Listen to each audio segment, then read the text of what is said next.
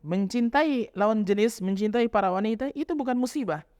Tapi yang menjadi musibah itu engkau mencintai orang yang tidak mencintaimu. Nah, itu musibah. Nah, jadi engkau mencintai orang yang tidak mencintaimu, nah, itu musibah itu. Assalamualaikum warahmatullahi wabarakatuh. Assalamualaikum. Jumpa lagi dengan saya Firmansyah dalam Nuansa Podcast. Alhamdulillah, puji syukur senantiasa kita panjatkan kehadirat Allah Subhanahu wa Ta'ala yang masih memberikan kepada kita semua nikmat yang begitu banyak. Salat serta salam senantiasa kita curahkan kepada baginda Nabiullah Muhammad Sallallahu Alaihi Wasallam. Baik sahabat Nuansa Podcast, di kesempatan kali ini kita akan kembali melanjutkan dialog santai kita, dan tentunya hal yang akan kami angkat pada kesempatan kali ini cukup menarik tentang bagaimana motivasi untuk menikah ya. Dan kali ini kita telah bersama dengan narasumber yang sangat spesial, yakni Al-Ustadz Haryanto Fernandes LC MPD. Assalamualaikum warahmatullahi wabarakatuh, Ustaz. Waalaikumsalam warahmatullahi wabarakatuh. Hayyakumullah. Bagaimana kabarnya, Ustaz? Alhamdulillah, tamamullah. Halakum. Alhamdulillah. Alhamdulillah. Alhamdulillah. Nah, Ustadz, sedikit ingin membahas mengenai pernikahan ini, Ustadz. Sebelum kita melangkah lebih jauh, Ustadz, mungkin bisa dijelaskan bagaimana menikah dalam pandangan agama Islam. Baik, bismillah, alhamdulillah, salatu wassalamu ala rasulillahi wa ba'd. Pertama, menikah adalah sunnah Nabi kita Muhammad sallallahu alaihi wasallam, di mana Nabi kita sallallahu alaihi wasallam menjelaskan akan hal tersebut di dalam hadisnya ketika bahkan beliau menantang keras orang yang tidak mau menikah dengan alasan wanita itu menyibukkan. Sebuah hadis yang disebutkan oleh ibunda kita Aisyah radhiyallahu taala anha, datang 3 orang pemuda bertanya tentang bagaimana amalan-amalan Nabi sallallahu alaihi wasallam. Kemudian ibunda kita Aisyah radhiyallahu taala anha menyebutkan bagaimana keseharian Nabi sallallahu alaihi wasallam. Maka kemudian ketiga orang tersebut, di antaranya ada yang mengatakan, wa inni la atazawwajun nisa. Saya kalau begitu saya tidak akan menikahi wanita. Kenapa? Karena dia menganggap menikah itu menyibukkan. Maka hal tersebut terdengar kepada Nabi sallallahu alaihi wasallam. Maka Nabi sallallahu alaihi wasallam kemudian menaiki mimbar, kemudian mengatakan dengan ada apa dengan suatu kaum yang mengatakan begini dan begitu, sembari mengulangi apa yang disebutkan oleh 3 pemuda tersebut. Kemudian Nabi SAW mengatakan, man raghiba an sunnati falaysa minni. Siapa yang benci dengan sunnahku, maka dia bukan bagian dari umatku.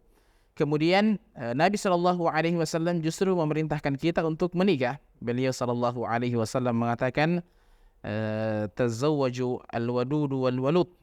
Menikahlah kalian dengan wanita yang al-walud, yang berkasih sayang, tinggi kasih sayangnya, wal-walud, dan banyak melahirkan anak.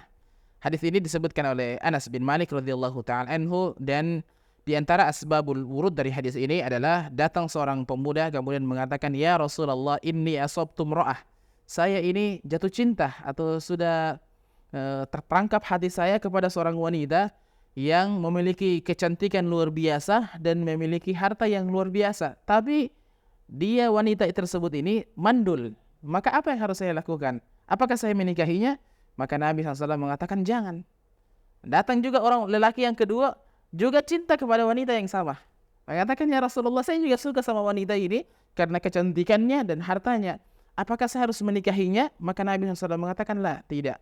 Orang ketiga juga demikian. Kemudian Nabi SAW bersabda, memberikan nasihat kepada ketiga pemuda tersebut dengan mengatakan, tazawwaju al-wadudu wal-walud. Menikahilah kalian, tazawwaju al-waduda wal-walud. Menikahilah kalian wanita itu yang tinggi kasih sayangnya dan mampu melahirkan dengan lahiran yang banyak.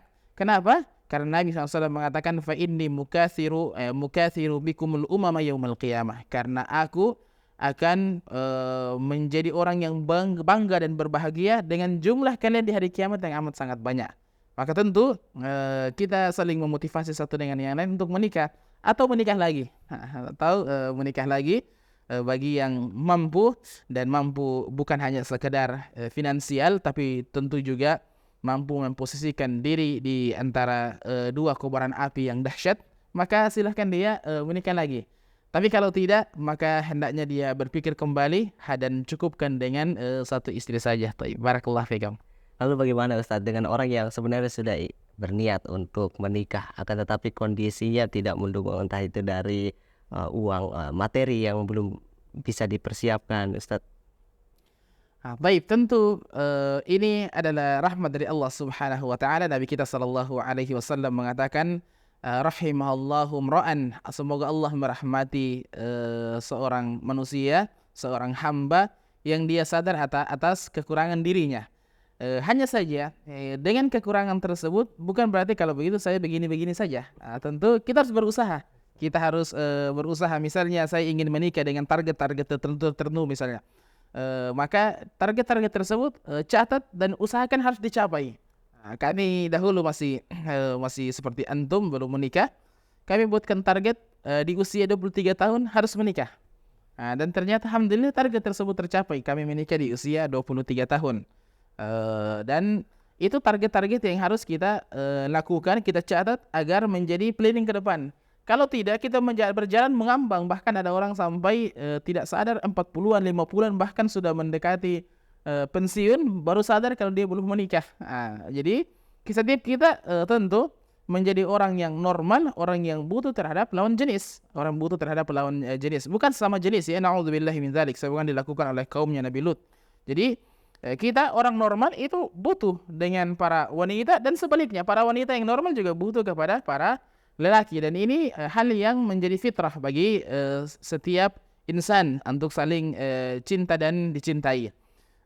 Maka tentu untuk persiapan perjalanan untuk sampai di atas mimbar-mimbar pengantin ini butuh perjuangan. Butuh perjuangan. Maka ketika persiapan sudah disiapkan, maka bersegeralah. Kalau misalnya ada hal-hal yang dilihat masih terlalu panjang bagaimana perjalanan, masih ada target-target yang belum tercapai, maka setiap orang tahu atas takaran dirinya. Tadi ada yang menarik, Ustaz, menikah di umur 23 tahun ya. Ustaz bisa diceritakan bagaimana kisah bertemu dengan istri tercinta? Masya Allah. Barakallahu fikum. Pertama ketika kami masuk di Ma'had, saya pertama sekali kuliah di Ma'had Al-Bir ini 2013. Di 2013 karena saya tamat SMA 2012. Kemudian setelah kuliah, dan dahulu Al-Bir menggunakan program atau sistem yang lama, yaitu 2,5 tahun dari tamhidi, kemudian mustawa awal sampai mustawa robi di i'dad, kemudian masuk di syariah, kembali lagi dari mustawa awal 4 tahun. Jadi totalnya kurang lebih 6 tahun lebih lah. Taib. Jadi kami ketika kuliah dan buatkan target, tentu setiap kita pasti buatkan target sebagaimana saya sebutkan tadi. Saya juga buat ada catatan, buku catatan saya, target-target yang harus saya capai. Kadang tidak ketika lewat dari apa yang kita sudah targetkan, jadi ini jadi bahan evaluasi terhadap diri kita. Ketika saya catat bahwasanya nanti di usia 23 tahun saya harus menikah. Ternyata subhanallah di 2001 tahun sebelum usia genap 23 tahun saya lulus ke Madinah. Allah tuliskan untuk lulus ke Madinah dan kuliah di Madinah. Tapi dengan perginya saya ke Madinah bukan berarti saya lupa dengan target saya sebelumnya. Saya tetap ingat target saya menikah 23 tahun. Maka kemudian sampai di Madinah, 1 tahun di Madinah, jadi semester 1, semester 2, baru ujian naik ke semester 3, kemudian liburan musim panas dan kami pulang. Liburan musim panas kurang lebih dari 2 pekan sebelum Ramadan sampai 2 pekan setelah Idul Adha. Jadi liburnya cukup lama, kurang lebih 3 bulan. Jadi kami pulang. Di pulang itulah saya menikah. Dan tentu perjalanan bertemu dengan istri ini, cerita saya amat sangat simpel. Pertama, saya dihubungi oleh orang tua angkat saya, yaitu Ustadz Abdurrahman Leica hafizahullahu ta'ala. Beliau mengatakan, antum mau menikah enggak? Saya mengatakan saya punya target di usia 23 tahun. Dan ini sudah tanda isyarat sudah muncul. Kalau sudah masuk 23 tahun.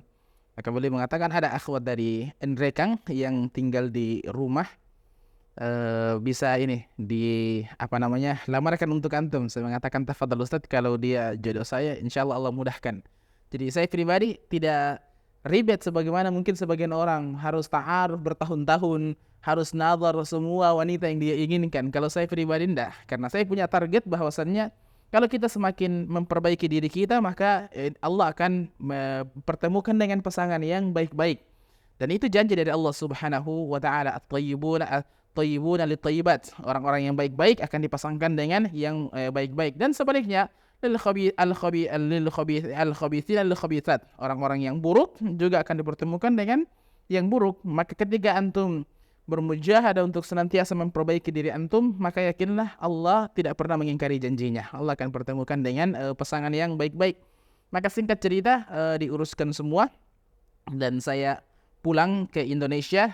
Saya tiba itu malam Rabu, hari Selasa malam Rabu, dan hari Rabu siangnya nazar. Alhamdulillah, ternyata saya mengatakan, oh ini nih yang senantiasa terpaut dalam untayan-untayan doa. Alhamdulillah, akhirnya hari Sabtunya menikah.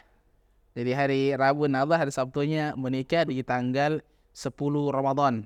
Jadi saya menikah di bulan Ramadan, tanggal 10 Ramadan, bulan tahun 2018. Nah, Tapi di umur 23 tahun itu. di umur 23 tahun. Apakah tidak terlalu muda itu, Ustaz? Tentu umur 23 tahun mungkin sebagian orang menganggap ini terlalu muda, tapi justru sebagian tempat itu terlalu tua. Makanya kembali kepada urf. Sebagian kita, kalau usia di Madinah, di Saudi, urfnya orang Arab, itu hampir kita jarang mendapati orang Arab yang menikah di bawah usia 40 tahun. Karena mereka menganggap terlalu mudah. Justru kalau Indonesia, hampir jarang kita dapati ada laki-laki yang usia 25 tahun ke atas dan masih menjomblo, masih membujang. Jadi kembali kepada uruf masing-masing.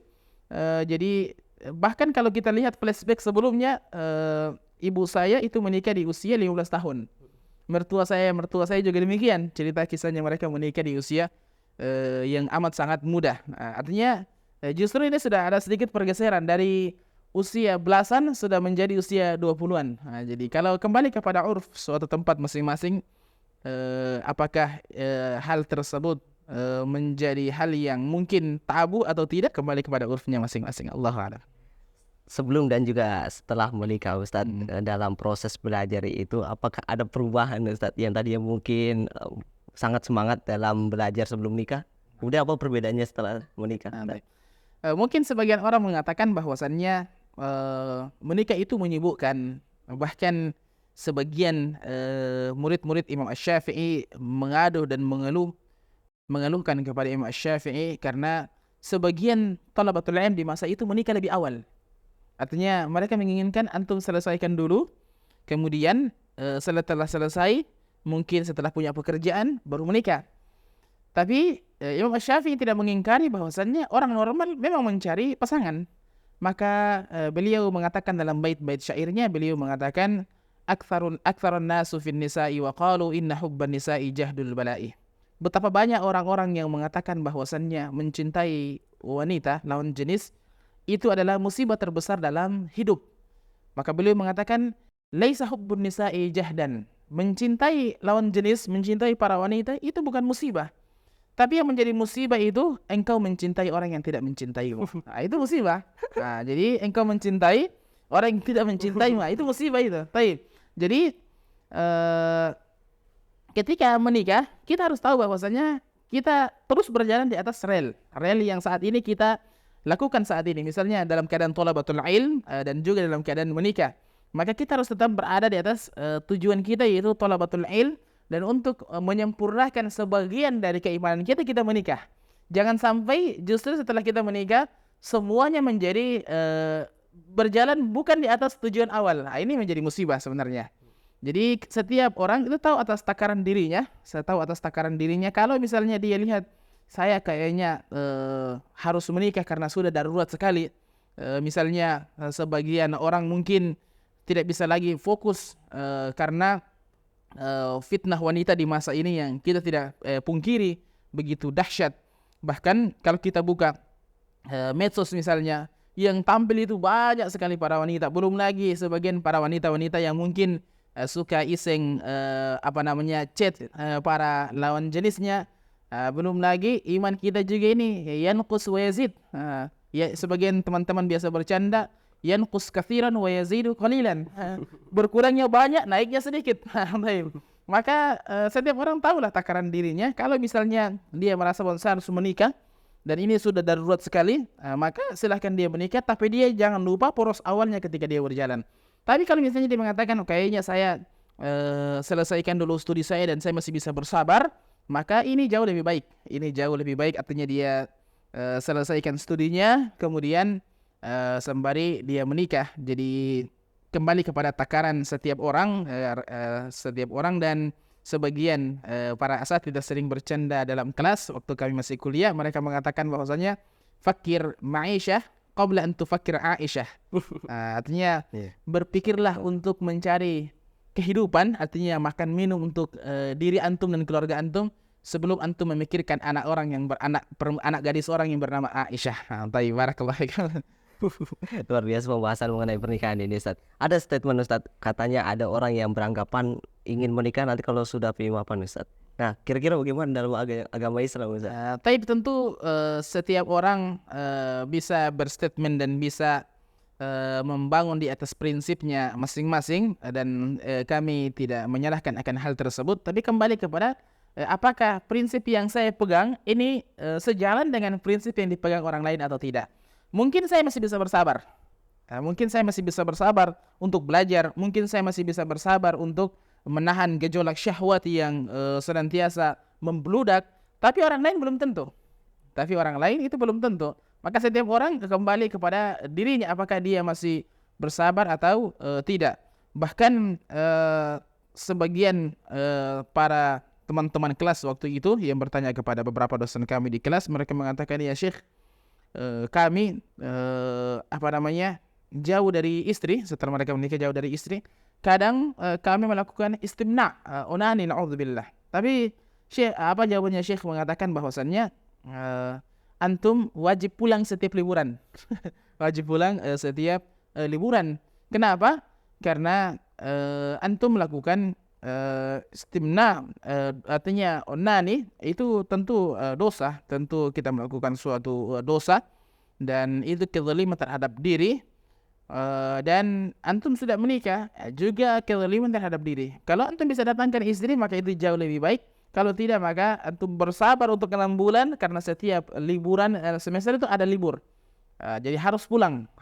Kalau liburan musim dingin, itu liburnya kurang lebih hampir 1 bulan, sedangkan musim panas hampir 3 bulan. Mengatakan pulang untuk menyelamatkan diri antum dan mencas kembali iman antum bersama keluarga antum. Nah, baik Ustaz, masih menyinggung mengenai mapan ini, Ustaz. Ada salah satu teman dari kami sebenarnya pengen sekali menikah itu, Ustaz. Tetapi orang tuanya beranggapan ya nanti sudah sukses baru menikah. Padahal niatnya sudah ada, Ustaz, dari teman kita. Kemudian bagaimana cara sebenarnya untuk bisa menyampaikan hal demikian kepada orang tua? Tentu orang tua itu sangat cinta dengan anak-anaknya. Tidak ada orang tua yang benci dengan anaknya. Bahkan marahnya sekalipun itu karena cinta. Marahnya mereka sekalipun kepada kita itu karena cinta. Dan itu sebagaimana yang pernah kita semua alami, termasuk saya. Ketika saya sudah buatkan target, saya telepon adik saya rahimahullah yang sudah meninggal kurang lebih hampir 1 tahun. Saya mengatakan saya mau menikah. Beliau mengatakan tidak boleh menikah kalau belum bawa ijazah. Dan ini saya mengatakan saya sudah pusing 2 kepala ini. Pusing kepala atas dan pusing kepala bawah, saya bilang. Beliau mengatakan pokoknya tidak boleh menikah, harus bawa ijazah. Akhirnya bagaimana caranya? Saya cari orang-orang yang beliau segan.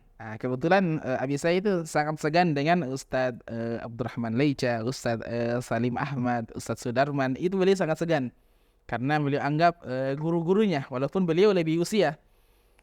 Maka saya hubungi asatidzah untuk hubungi orang tua. Coba di lobi-lobi dulu. Ternyata di lobi-lobi belum bisa juga. Pokoknya harus bawa ijazah. Kemudian subhanallah, qadarullah, saya lulus ke Madinah. Dan saya umroh pertama ketika saya sudah di Madinah. 2 pekan setelah itu, teman-teman khususnya dari Sulawesi mengatakan, kita umroh rame-rame dengan para senior. Jadi para senior dari Sulawesi itu untuk mengkoordinir para junior untuk pergi umroh rame-rame. Dan ini hal yang bagus, Masya Allah. Ini kenikmatan yang tidak terlupakan.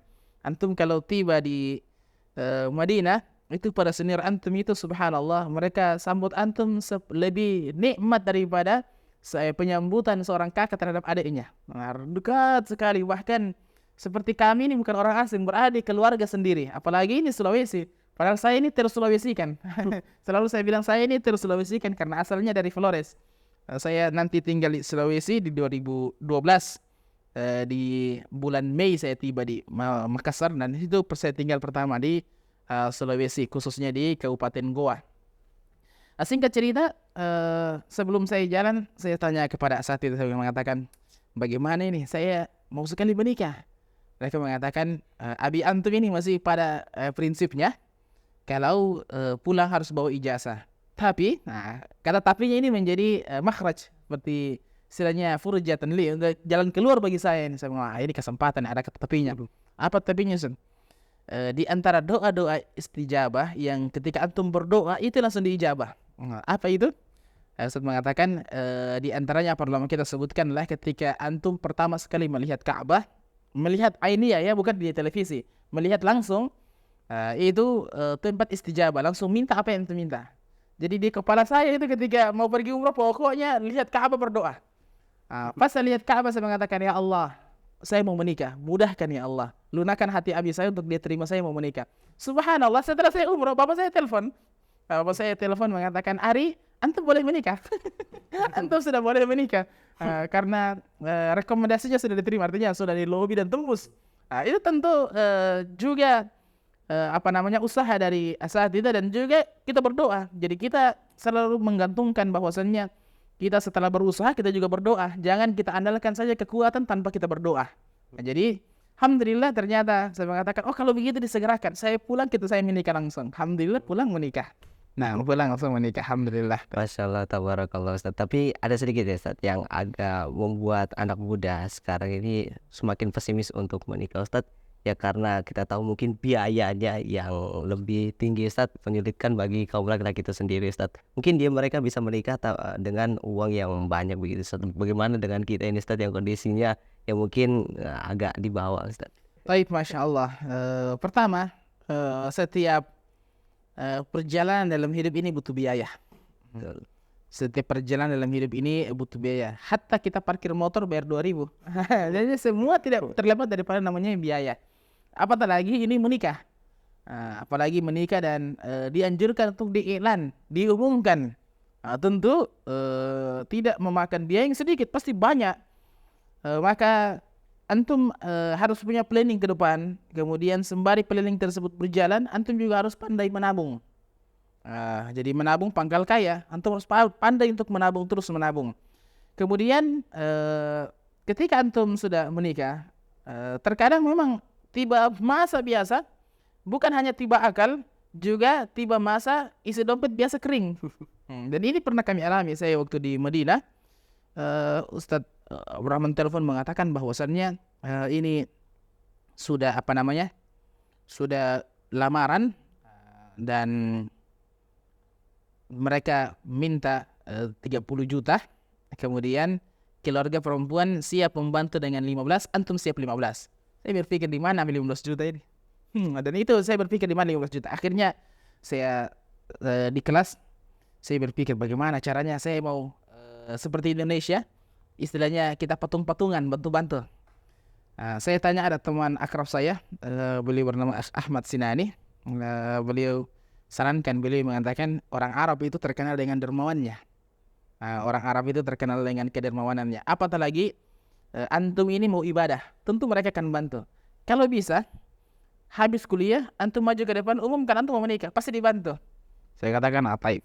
Kemudian saya sampaikan kepada Syekh waktu itu di kelas. Saya mengatakan, Syekh, bisa nggak habis kuliah jangan dulu pulang, sampaikan ke teman-teman ada berita penting dari Akhukum Haryanto.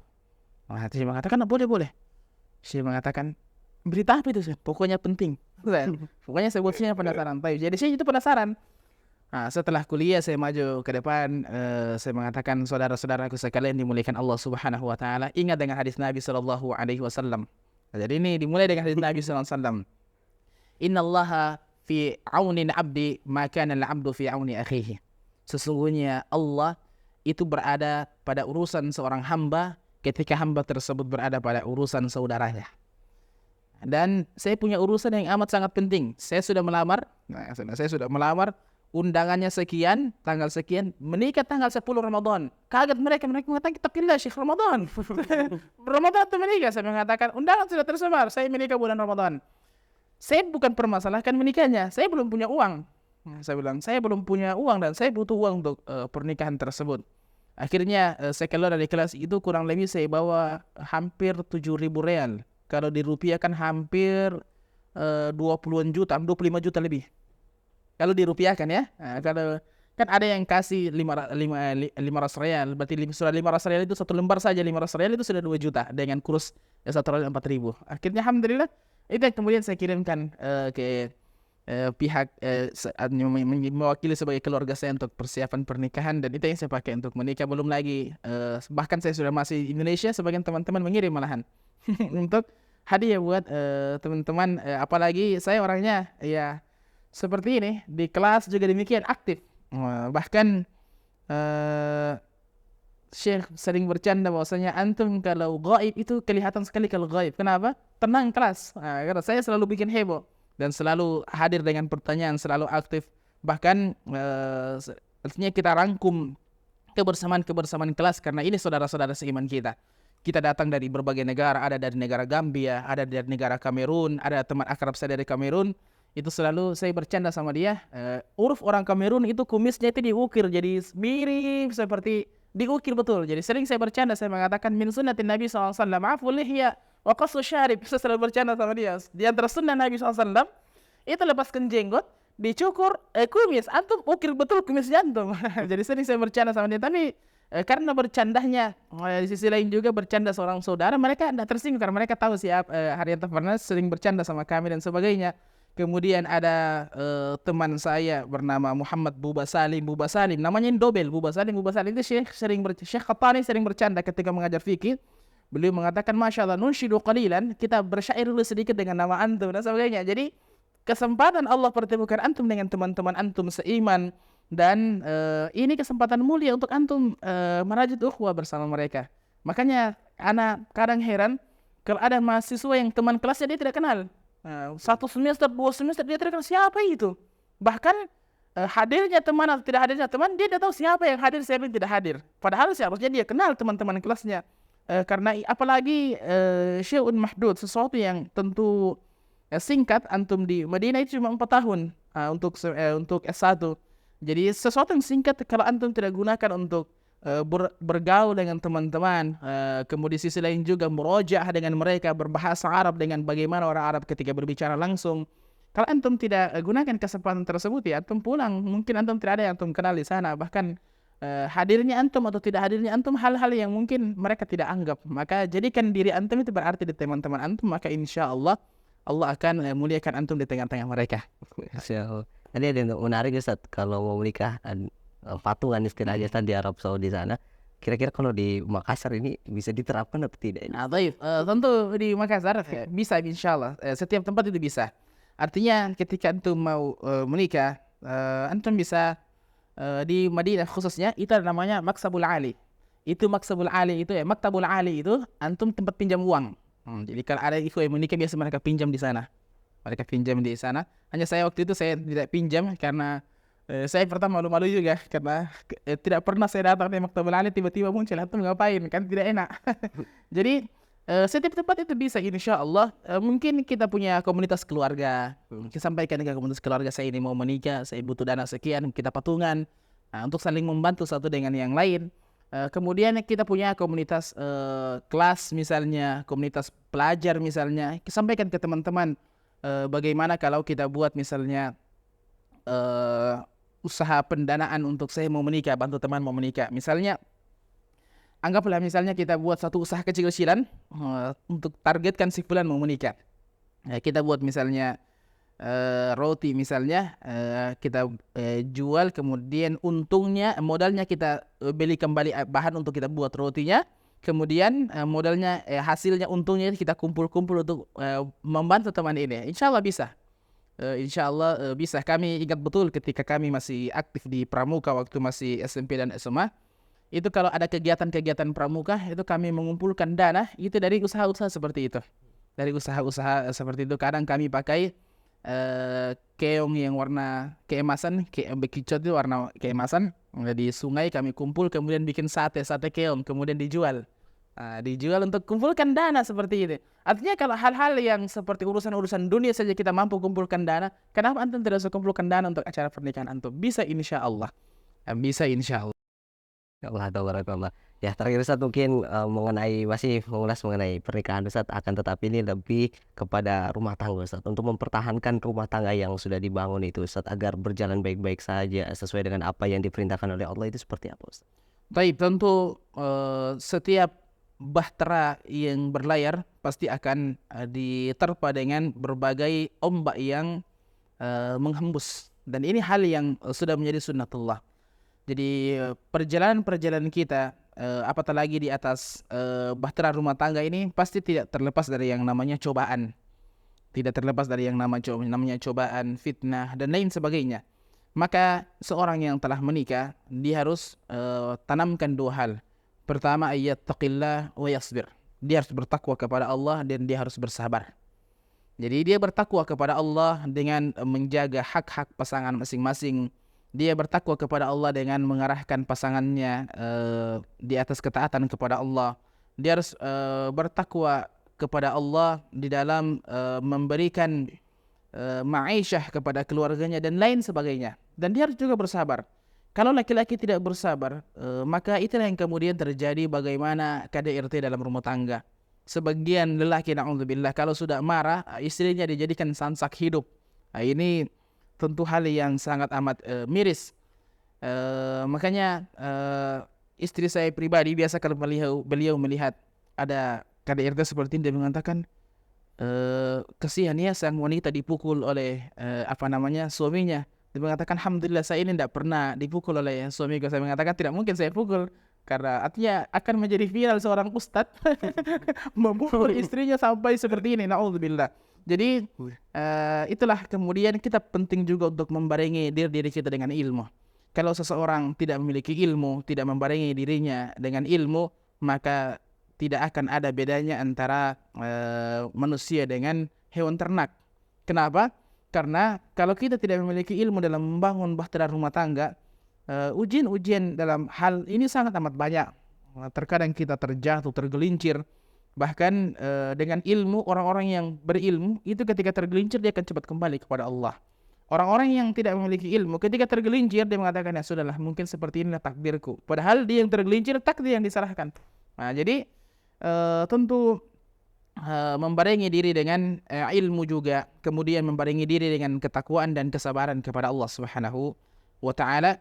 Dan ketahuilah bahwasannya wanita, pasangan kita dan para wanita juga harus sadarkan diri bahwasannya suaminya itu adalah Allah, pakaian bagi mereka sendiri. Allah Subhanahu wa taala mengibaratkan, menggambarkan pasangan itu seperti pakaian, karena hakikatnya pakaian itu menutupi. Allah Subhanahu wa taala berfirman, hunna libasul lakum wa antum libasul lahun. Mereka para wanita adalah pakaian bagi kalian dan kalian pun adalah pakaian bagi mereka. Dan tentu setiap kita menginginkan pakaian yang menutupi tubuh kita, pada hakikatnya adalah pakaian yang terbaik. Maka begitu pula dengan pasangan kita, tentu kita menjadikan pasangan kita adalah pasangan yang terbaik.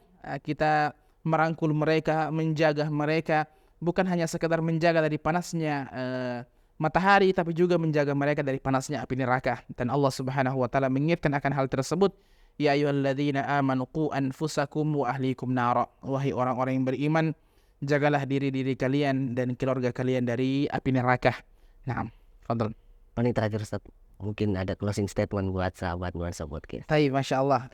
Bagi sahabat Nuansa Podcast yang dimuliakan Allah Subhanahu wa taala, setiap kita yang berjalan di atas permukaan bumi ini tidak terlepas dari yang namanya cobaan. Betapa banyak bahtera-bahtera rumah tangga yang terguncang karena cobaan. Betapa banyak badai-badai yang datang silih berganti seolah menarik kita agar terhempas dari perjalanan-perjalanan kita di dunia ini. Maka hal yang paling mendasar yang penting untuk kita tanamkan adalah senantiasa bertakwa kepada Allah dan bersabar. Ketika kita bertakwa kepada Allah, memperbaiki ketakwaan kita kepada Allah, maka takwa ini akan membuka setiap anak cabangnya yang tanpa kita sadari. Dengan takwa Allah akan memudahkan kita dalam husul al-ma'isyah, membuka ladang pekerjaan dan sebagainya. Allah Subhanahu wa taala berfirman, "Wa may yattaqillaha yaj'al lahu makhraja wa yarzuqhu min haitsu la yahtasib."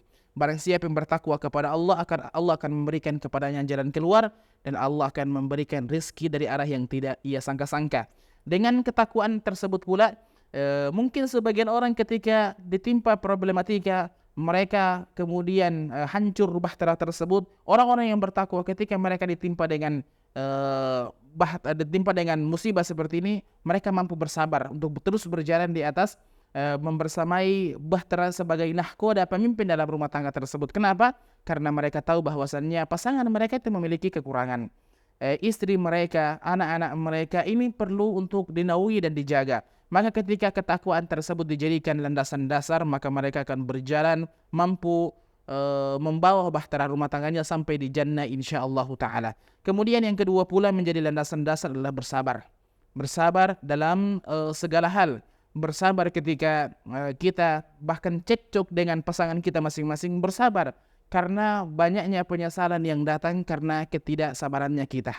Kadang setelah kita mengeluarkan kata-kata yang buruk, atau bahkan kita sampai tega melemparkan tangan-tangan kita ke wajah-wajah pasangan kita, kemudian muncullah penyesalan. Semua penyesalan itu berawal karena ketidaksabaran kita.